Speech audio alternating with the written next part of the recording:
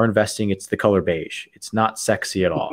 I don't want it to be sexy. I don't want it to be volatile. I don't want the 20% rent growth in 1 year, because that means I don't know what's going to happen next year. I can't really underwrite into these circumstances. But when you see slow, steady growth, I like that.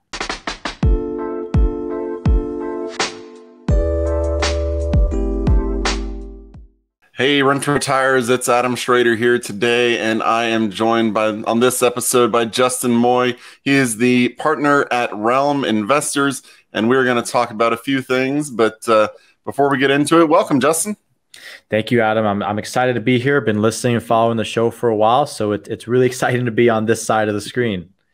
Yeah. Well, so tell everybody about your investment. Kind of how did you get started in real estate? What interested you? What kept you in it? Because I'm sure you had a few bumps on the road, but kind of what kept you chugging along? Just kind of tell us a little bit about your journey. Yeah, so real estate for me has always been what I've been doing professionally, at least full time. So, when I was growing up, my parents always told me, hey, you got to go to college. That's the thing to do. None of my parents went to college, and they felt like really limited them in what they were able to do professionally and therefore personally and everything there. So they always told me I had to go to college, but, I really, really, really hated school. I was really bad at it. I hated going. I grit my teeth. I didn't like the classmates. I didn't like the teachers. I never really liked that portion of it. So I started scrambling when I was 18 to find out ways that I could make good money without having a college degree, which is what my parents told me you almost need it, right? They had that old school thought process. You need to go to college. That's what you got to do. Climb the corporate ladder, be successful. Only way to get ahead. Yeah. And I think, for their time, that may have been more true than it is now. So it's not it's not bad thinking that way. But I was just fighting tooth and nail to not have to do that. And so I grew up in the Bay Area of California, which was an extraordinarily still is a hot real estate market. And like most people getting into real estate, I kind of did some napkin math on commissions. And I found out, if you're making 3% of $2 million, that's a big check. So I went that path. I started selling homes in what was the third most competitive market in the country at the time. I did really well for myself, but I was very, very transactional, and I was exhausted, and I could feel, I was, 18, I think almost 19 when I got my license. And by the time I was, even like 21, I was just exhausted. I could feel this burnout. Yeah. I could feel this burnout creeping up on me. I could feel this strain on my personal relationships and my personal life and mental well-being. As even though I was making good money, there was always a scarcity mindset. Like, what if the deals just stop happening? What will happen to me then? 100%. And, that was a very real thought, and it kept me up at night, even though I had money in the bank and I was good, that always kept me up at night. So I thought, okay, for my mental well-being, I have to get out of this transactional method of living and doing business and look at something long-term. I sold a lot of homes to investors. I got to kind of see their financials and what they were doing. And, they were always messaging me from Hong Kong, or, hey, I'll be in Bali this week. You just do the inspection. And I was like, man, I haven't been on a vacation in a couple of years now. So I knew that that's what I wanted to do. And I really wanted to hit it at big scale. And so that's what led me into multifamily and eventually into the syndication space. So that's the quick and dirty road from start to now. Yeah. So we were talking before we got started that you're in Kansas City now. We do a lot of investing there with single families. You're doing investing there in multifamilies. We've had on our Kansas City teams to tell us about it, but some people, just like, well, of course he sells in Kansas City. Of course he loves it. But you moved there for what I would call not the most normal of reasons at all times, because you were in what I consider nicer place and moved to the city. So tell us about kind of why you, like, what are some of the good things about Kansas City, and why do you invest there now? Yeah, so I actually love Kansas City. So before I moved from Phoenix area, which, to a lot of people, Phoenix is like the shining star of investing. And, while that may be true depending on your style, it wasn't really true for our style. And I'll tell you why here too in a little bit. But I was traveling to and from Kansas City because we did a ton of market research. And my criteria for where we wanted to look for our style of investing was, if it was making big headlines, we were already too late. So in my opinion, just the Phoenixes, the Dallas-Fort Worth, the North South Carolinas, even Atlanta at the time, I think Birmingham was kind of up there too. we just didn't want to play that game. Now it's a great game to play. If you're in there, you can make smoking hot returns. But for where we were at in the stage of our company, we didn't want to do that. And we didn't want to fight those battles with enormous institutional money who could just drown you out. And they're so big that they can absorb, a little extra cost. So we didn't want to fight that battle. So we were looking for really, really stable and consistent markets. One saying that I really love is, our investing, it's the color beige. It's not sexy at all. I don't want it to be sexy. I don't want it to be volatile. I don't want the 20% rent growth in 1 year, because that means I don't know what's going to happen next year. I can't really underwrite into these circumstances. But when you see slow, steady growth, I like that. I like that with a lot of pipelines of developments, a lot of big capital injections happening into the city. We were just talking before the show, the airport's getting $1.5 billion injection here. Sports teams and stadiums are getting into the $1 billion of renovations here. Downtowns are popping up in different submarkets within the city MSA. So there's a lot of those early signs that I love to see, but we're not quite in that big town yet where we're getting drowned out by a lot of institutional money. It's starting to happen a little bit now, but nowhere near to the magnitude of some of those markets that you hear in the headlines all the time. Yeah. So have you always done multifamily, or did you start with single family? I don't know I didn't catch if you talked about that part. Kind of, yeah. What was your escalation like? And whenever you did start investing, were you using other people's money or your own? Because if you were only in your early 20s, it was always multifamily from an owner perspective, not transactional real estate. I brokered single family. I actually brokered a couple of multifamily properties, but my focus was single family there. And ever since I started investing as an owner, it's been all multifamily. I really like to tackle bigger things, and it just excited me a lot more once I got into the nitty gritty of it, the thought of having these bigger buildings. Plus, I had a few mentors that had done the single family role, then they had gone into multifamily, and they really had expressed, some of the operational benefits of having properties at scale that really appealed to me. And the biggest thing about it is I had a lot of mentorship and guidance, both formal and informal. So to me, it was a safe and right decision to make the jump into multifamily as opposed to starting small, which is what most people do. And then they kind of scale up. So yeah, it's been multifamily for me from the start of investing. And how did you find those mentors? Was it just people that you were helping find properties, or did you go to meetings, or kind of how did you build your network? Yeah. So a ton of meetings, ton of networking events. I have a podcast, Passive Real Estate Strategies, that I've gotten to meet, and the game, you get to meet with so many people when you have a show that you want to record them on. And so I've just met so many people through the podcast, through doing other podcasts like this, and then meeting people through meeting people. And staying in touch. And so my mentorships have been, both formal, where I've agreed to pay and I have certain expectations of them and their time, and informal, where I have people who I could just shoot a quick text message off to and say, hey, I'm thinking of this. What do you think? Or, hey, can you look at these numbers? Tell me what you think, or what do you think about this development? And so I think those are really important factors in anybody's career as well. Okay. And now, do you only invest in Kansas City now, or are you everywhere, or what markets are you focusing in on? Yeah, it's Kansas City, Oklahoma City, and St. Louis County, and all for different benefits. So one of our partners actually was born and raised in St. Louis County, knows that market better than I've heard anybody else speak to any market that they've ever lived in. He's the kind of guy who, if you're looking at a map and he's blindfolded, you could ask him, where's the grocery store in this street? He'll tell you the cross streets. He'll tell you what's 2 blocks north, south, east, west. He'll tell you what's on sale. And you have to for some of these places, especially in St. Louis, where you get a little bit choppy. It's tough to invest blind there. And then for OKC and Oklahoma City, we see some similar results to Kansas City, where we really like both of those areas. So yeah, we're really focusing sort of that triangle area now. Yeah. And what kind of metrics are you looking for whenever you go into a market, both in terms of the actual place and then the actual property that you're looking at? Yeah. So in terms of the place, we do like that Class B, Class C renter. We like to have value add properties. So the value add strategy, it lets you do a little bit more work for more return. And we like to have the feeling like we're adding value to something, like we're buying this property where maybe tenants are unhappy now, and that's shown through high vacancy or through high turnover, and a lot of expenses, and really revitalizing those properties and making tenants happy and seeing the payoffs for that. So, we are looking for those upper double-digit returns. We like to shoot for a conservative, what we feel is a very conservative 15% return on an annualized basis, and then refinancing properties into longer term cash flow holds. So we really like those strategies. I do believe that wealth is built through longer term properties, with refinances along the way. And so those are the types of things we look for. We like to make real measurable impact for our investors, monthly cash flow.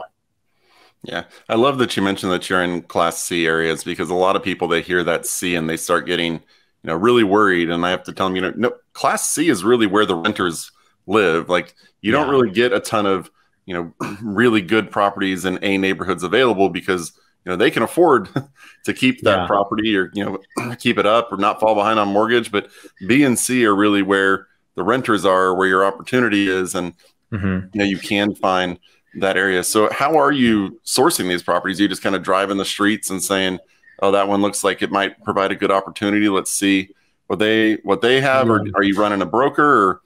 Yeah, so we are very heavily focused on broker relations. Now, it's very, very, very possible and doable to get direct to seller properties and opportunities. I'm a very big believer in having a few areas of focus that you focus in really, really, really well on. So it's tough for us to network really well with brokers and then do, cold calls and then drive for dollars and then send out mail. All of those strategies work. It's just, can you as the team work them well? So from a capacity perspective, and for the properties that we buy and the sizes where most are transacted by brokers, we really lean into our broker network for that. Yeah. And so how many units and buildings are you currently running with yourself and your investors and everything? Yeah. So our team right now is managing about a little over 850 doors under management, and then some new construction as well. So part of what what our company does is we have new construction in Boise, and we build apartments. So we have, again, about 600 units under construction out there. And so, we've been really happy for the scale that we've had. And of course, none of this is possible without our investors and our investor network and really helping us scale that out. So yeah, it's a pretty good portfolio now, but of course we're looking to expand, of course. Now, Boise has both been in the headlines and is nowhere near your triangle. Yeah. How did you end up there? Yeah. So teams are big. So in our team, we do have somebody who lives in Boise and manages that portion of our business. And while, yes, it's been in headlines, we're not buying existing there. I think if you're building in those headline areas, then you're doing really good, especially Boise, where it's growing super, super fast and there's really not much inventory. And anybody who's been to Boise or has lived there for a couple of years has seen, like, literally before their eyes, this town start to grow. So building is a good strategy in those areas. Buying as is, a little bit tough to make those margins. Yeah. All right. So whenever it comes to, how are you finding places to build? I mean, I know, so we're doing some new construction. It's a lot of infill. Are y'all doing that? Or are you buying like large, and doing like tract homes, or kind of what's y'all, and are you building single family or multifamily there? All multifamily. And so we do the process from start to finish. We have taken over a few lots or taken over a few later stage development deals, but it starts with the plot of land for us, and then we do everything from there. So we really start from the very beginning. And then, plot homes it's something that's been on our radar. It's probably a capacity thing that we're not really diversifying too much of what we do, but we have been approached by a few people who are really, really making a killing doing that. It's just not something we've explored at this point. Yeah. So it sounds like at this point in time, you've really honed in on your niche, and you're kind of ignoring the shiny object syndrome that's out there, and y'all are laser focused. How do you blot that out, though? I mean, you hear about people, turning deals that are making, 80% and doing this, that, and the other. Like, how have you over your career been able to say, you know what? Yes, other people can make a lot of money doing that. I could make a lot of money doing that, but I'm going to ignore that. Yeah, I think, from a financial perspective, yes, I think you're going to do best where you are the master on. Just because there's something else coming up that is a really hot asset class, you have to think there is a learning curve for that. I have to build out entirely new systems of mentors in that space and or partnerships in that space. I'm now the new guy on the block in that space again, and kind of restarting that relationship building, which again, it's not the end of the world. It's not that you shouldn't do those things. It's just you have to realize what your capacity is. And maybe as we add people to the team, we'll start diversifying a little bit more as our time frees up. But we also say in this space, it's return on headache. Do I want to add another 2-3 hours to my workday every day to look at now flex spaces or industrial spaces by the southern border? Or, the answer for us right now is just no. It's for me personally. I feel like my plate is pretty full. And even, we work a lot with investors who invest passively in our properties. That's a big passion that I have because I'm able to bring these opportunities to people who maybe don't want to commit the time, energy, or mental capacity to these things. And I wouldn't be able to do that with strong confidence if we were the new kids on the block with an asset. Yeah, absolutely. So I love that you talked about, your team there and maybe bringing on team members. What do you look for in team members, and how are you finding these team members when it comes to building it out? Because I mean, in a lot of cases, the team you have built is as important, if not more important, than the actual thing you buy. Yeah, no, I couldn't agree more. It's really all on the team, and I think me and even you, I'm sure we wouldn't be where we're at right now without a team and having a solid team. We were talking again before we hit record about having the right people in the right seats, doing the right things the right way. And so that's a huge portion of it. Now, when it comes to finding teams and expanding our teams, we haven't ever done any formal recruiting. But when you network around a lot, you go to conferences, you go to events that have somewhat higher barriers of entry in terms of their cost, you meet some people who are very, very, very serious about where they're going. And that to me is the number one determination of it. We've brought people on our teams or are partnered on deals with people who I have known for 2 or 3 years or more. And every time I meet them or talk to them, they're still growing. They're still in the right mindset of, hey, we've had these challenges, but we're doing this to overcome. Because time will really weed a lot of those people out. And if it's been a couple of years now and I still see you're on the track, you haven't forgotten where you're going, you're still making efforts and adjusting to markets, those are the people that we like to stay in touch with and keep up with and really, bring on as possible partnership opportunities in the future. Yeah. Now you mentioned you're buying these things. You have people who've invested because they're not wanting to do things. Tell me about your first deal and how you've obviously raised other people's money. We've had investors come to us talking about doing it, but really like, how on earth do I do this? How do I feel confident enough, especially in my first deal, to show people, hey, you should give me your money to invest because I don't know what I'm doing. Tell me a little bit about your first experience going out, raising other people's money and kind of how that went.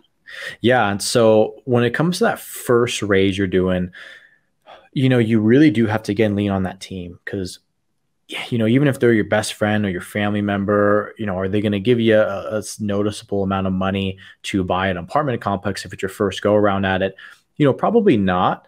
But if you can lean on somebody and say, hey, I'm partnering with this guy, Adam. He's fantastic. He's done this many transactions. He's been in this market for this many years. He's this host of this awesome show, Rent to Retirement, that has this many subscribers. And he brings this, and this. And I'm partnering with him to do this thing that we're excited about. I'd love to bring you on for that as well, if it's something you're interested in. So really leaning on that experience of your team, because really without that team on your first one, it's so extraordinarily tough. You're going to just make more decisions that are poor for the property. You might even lose some money. Things could go catastrophically if you don't have that partnership to lean on. So if it's your first time around it and you're really looking for that, or you're an investor looking maybe for operators to invest with, look at that, what that whole team looks like, because you're investing again in the whole team, not so much in one operator. And it could go the other way too. If you like that one person you're talking to, but the team maybe doesn't really align with what you're doing, you have to consider those things too. So you got to lean on the team and you got to have confidence and really a formal figure that's taking control of that transaction if you're not that experienced right now. Yeah. So as an investor, if you're thinking about getting involved in a project like that, what kind of questions should you be asking? What are, positive signs that say go? What are some signs that say absolutely not? Kind of what do you suggest investors look at when it comes to investing money with other people? Yeah. So one thing is I would say to follow them for a little bit. on some type of social media, some type of something. You have this podcast, which is fantastic. We have ours, Passive Real Estate Strategies, that I will do investor calls with people who say, yeah, I've listened to your show for like 2.5 years now. I feel like I know you. I've heard your voice every couple times a week, every week for a couple of weeks or a couple of years. I listen to you more than my wife. Yeah, exactly. And those are like real conversations we've had. And so, whether they have a good Instagram presence, a Facebook presence, podcasting, they likely do something, have a blog or have something. I would follow them for a little bit of time, keep up with them, read their content. They likely have some type of newsletter, subscribe to it, see if you like what they're saying. And then if it comes time to where you're saying, okay, I might want to take this further, always schedule a call. Now, there's some groups out there that if they're really, really big groups, especially, which, there's nothing wrong with this, but if they're raising, tens of millions or hundreds of millions of dollars, they might not be able to meet with all their investors. It's kind of more of an accredited situation. You just wire your money and you're kind of a cog in the wheel. Nothing wrong with that, but I would recommend meeting somebody when you can. And when you have that call, I would ask a few questions. I would ask them very broadly, just tell me about the team. That's it. Just tell me about the team. I would also ask them, this is a question that I love that not many people ask, is I would always ask, out of the people who choose not to invest with you, who've had this call, then choose not to invest with you, why did they choose not to invest with you? Now, this tells me a couple things. Now, first is if they know the answer to that, it shows me that they treat this like a real business. It's not a hobby because they're tracking all their metrics. They want to know exactly how many calls they had, how many people chose to invest, how many people opted out, and then they want to know why. If they want to know why, they're seeking self-improvement, which to me is an enormous factor in someone's success. And then the actual reason they give you, may or may not be important to you, but I want to know, are they tracking these things? Are they treating this like a real business, or is this something they're doing kind of, they invest, they want to use other people's money, it's no problem. So those are some things that I really, really want to know, and to me, absolutely have to be asked before investing with somebody. Nice. I like it. So we have some semi-rapid fire questions, and you can take it rapid or take it a little bit slow if you want. It's up to you. So let's dive into it. So where is the market 1 year from now? Where's the market 1 year from now? I think we start to, this year, I think the Fed is going to push us into a recession. I think it'll be more mild than the headlines have made it seem.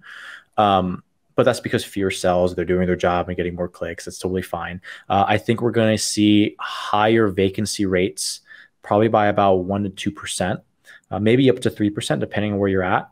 That Class C renter in those very hot booming markets, they're going to hurt the most. Those Class C renters, their rent pushes now are getting closer into the 40, even to the 45% of rent to income ratios. We're going to see those prices correct the most. And then after another year, we're probably going to see things start to normalize again, where vacancy rates will drop back down to the normal ranges, and that Class C renter will have a little bit of time to recover. So it's going to be in a little bit of a better spot after we have a little bit more of a dip this year. All right. And of the markets that you're in with well, I guess you're in the Triangle and then Boise, or maybe you're even looking at a new one. What market are you most excited to invest in right now? Yeah, for me, it's still Kansas City. It's still Kansas City. I love the slow, steady growth over the past about 10 years. There's been so much capital injection as a percentage of growth here that I really, really love it. But we're still seeing some stability and still seeing pretty good yield on some properties. All right. And what's your criteria for properties? Like with the multifamily, is there a minimum number of doors, a maximum number of doors? Kind of, you mentioned B and C neighborhoods and that kind of stuff, but are there any more criteria that you really, hone in on that you didn't mention earlier? Yeah. So the way that our group works is, I mentioned some large organizations that will raise, tens of millions or more in money. We tend to stay pretty intimate. We like to know all of our investors by name and face. So because of that, we have a little bit tighter of a buy box. So we generally, if we're going to syndicate something, it's probably got to be at least $4 million up to about 20 or 25 million. And that lets us keep a tight knit group of investors who we can still know personally. We can still invite to our quarterly events. And we don't have to really raise massive amounts of money from faceless people that we never meet. From a per door, amount of doors perspective, we don't really have a solid figure, but if it's below a certain amount, then it probably doesn't make sense to syndicate it. We might just partner on it or do a JV or buy it individually. But right now, our smallest in our portfolio is 41 units, but that's not a hard rule that we have. Yeah. All right. And what metric is your favorite when evaluating deals? Yeah, I love, well, it depends on the strategy of the deal. I love to see how fast we can return that initial principal and what the cash flow of the deal at stabilization is going to be. So we do like to buy a property that's in some sort of distress, fix it up, raise our income, and then refinance money out of it. Return ideally all of the cash so we can have an infinite return after that. But we love to see what is our cash flow at stabilization and how fast can we get money back to our investors so they can keep their velocity of money high. Nice. And when you talk about value adds, what is kind of the number one in your, oh, maybe even top two or three value adds that y'all do that contributes the most to, the property's actual value? What do you focus in on at first? Yeah. So, I'm going to give you an answer that's maybe not the number one, but I think it's a little bit more unique. And I just closed a case study about it and actually published an episode on our podcast about it. So yes, you have the cosmetic updates that you can do, your counters and your cabinets and your floorings and your kitchens and your bathrooms. But one thing that we look for all the time is how can we grind down our expenses, specifically our water. So there's a lot of technology now, even as small as tiny hookups that you could put to faucets and toilets and shower heads that can reduce your water usage. And we did this on a property that we recently bought. And it ended up saving us a little over $1,000 per month in water expense. Now, when you take a $12,000 increase in net income and apply it to, a 7 cap, you're creating enormous value there for, I think we invested like $15,000 to $20,000 in that. And the ROI ends up being about 784% of return on value there. So, look for creative ways that you can decrease expenses. And that's something that, small hinges can swing big doors. And so that's always something that we look at. Nice. And what's your biggest win and your biggest loss on your real estate deals? Yeah. Biggest win is really buying that first property. That was a big win. I actually didn't get too much equity in the property because, like I said before, it was my first and I needed to bring on a lot of partnerships. And I wanted to make sure that we were very well capitalized in both cash and experience. So from a dollar perspective, it wasn't a huge win, but the things you learn on that first transaction are just priceless. I mean, you will not ever forget those. There's no amount of books or podcasts or anything that you can absorb to prepare you for those. So that was a huge, huge win for me. Biggest loss, I would say, just like a lot of people, the biggest thing I see as a missed opportunity is, I wish I had some deals to sell last year when interest rates were, zero, when money was free. We had some longer term debt that we couldn't get out of at that time. So we kind of left a lot of equity on the table. But the trade-off to that is now we're in safe positions where now a lot of distress will be coming up. So, we walk a conservative line. So I think we missed out on some cash up front there. But looking at our property position this year, we're in a lot safer spot than a lot of people will be. All right. And what should an investor be doing today to position themselves to be more successful 5 years from now? Yeah. You've got to stay educated. You've got to be well networked. If you're looking to do some passive investing, you got to really understand what passive investing means, because not a lot of strategies are passive. And one of the biggest things is I see a lot of people get into real estate for passive income. They maybe buy a couple rental properties and then they realize it may not be truly passive depending on what they did or what type of properties they bought, right? They think they'll buy a property, the manager will do everything and, they can kind of collect mailbox money. I would check into what kind of strategies you want to get into, how much time, energy, mental capacity, and money you want to invest into these properties or this portfolio, and then really make an action plan from there. If you are interested in passive investing, I have a free ebook to download. It's at thedefinitive.guidebook.com. It walks through all the sorts of passive investing strategies and things that we use and love, and REITs and syndications and all of those. But you got to stay well educated and really pick the niche that you like and go in both feet. All right. And one question you made me think of during a little earlier that I want to add is you mentioned if you call a company, you want to ask them, why don't people invest with you? So tell me why people do invest with you and why people don't invest with you. Yeah. So the number one reason we found that people don't invest with us is because we keep our organization smaller. We have 4 partners and a few full-time employees. If you want to invest with that bigger conglomeracy, the Grant Cardones and the Brandon Turner, the bigger pockets funds and all those things, we're probably not a great fit because we don't want to be that big and we're not that big. So we like to keep it the opposite, where we like to be very intimate. We like to know all of our investors by name, face, and on a quick text message basis. We like to host events in person and then have people come in and really know each other from there. So, some people find safety in size of company, and that's not there's no harm or foul against anybody's opinion on that. So if you want that really, really big company, you want the Cardone capital, you want the bigger pockets, branding, we're not the great company for you because we're a more intimate company. We're smaller. And then likewise, the reason why our investors do love us is just because of that. They don't want to be the cog in the wheel. They want to know who we are. They want to talk to the partners, not maybe an employee that's hired to do reports, on their monthly reports. So, the reason why a lot of people don't invest with us is the same reason why a lot of people do and love to invest with us. All right. So the website is arealminvestor.com. That's arealminvestor.com. You can go there and check out the company and remind people of the link for the ebook you mentioned.